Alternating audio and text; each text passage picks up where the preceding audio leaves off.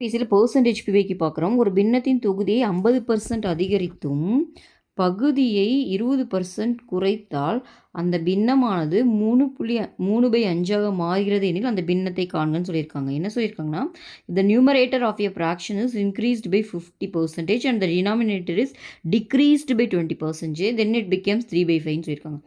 இப்போது find the original fraction தான் கேட்குறாங்க. ஆக்சுவலாக ஒரு ஃப்ராக்ஷன் இருந்திருக்கு, ஒரிஜினல் ஃப்ராக்ஷன் x/yன்னு இருந்துருந்துச்சு. ஓகேங்களா? அதில் மேலே இருக்கு இல்லையா நியூமரேட்டர், அதை 50% இன்க்ரீஸ் பண்ணாங்களாம். அப்போ 50% இன்க்ரீஸ் பண்ணி எழுதிடலாமா? 50% ஆஃப் எக்ஸ்.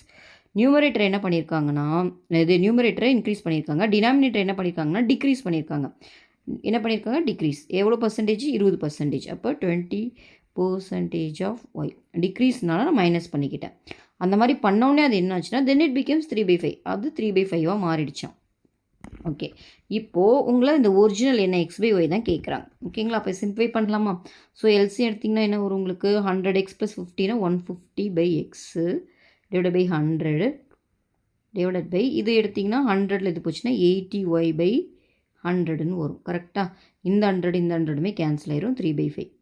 இது 150x டிவைட் பை 80yன்னு இருக்குமா? இந்த 0 கேன்சல் பண்ணிடலாம். நம்மளுக்கு x/y தான் கேட்டிருக்காங்க.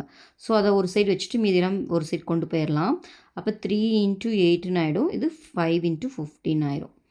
இது 3 டேபிளில் கேன்சல் பண்ண முடியும்ல, 1 டைம், இது 5 டைம். அப்போது x/y என்ன கிடைக்குதுன்னு பார்த்தீங்கன்னா 8/5 5 25. 8/25ன்னு கிடைக்குது. ஓகேவா? ஆன்சர் என்ன? B answer. 8/25 தான் சம்மோட ஆன்சர். ஓகேவா? தேங்க்யூ.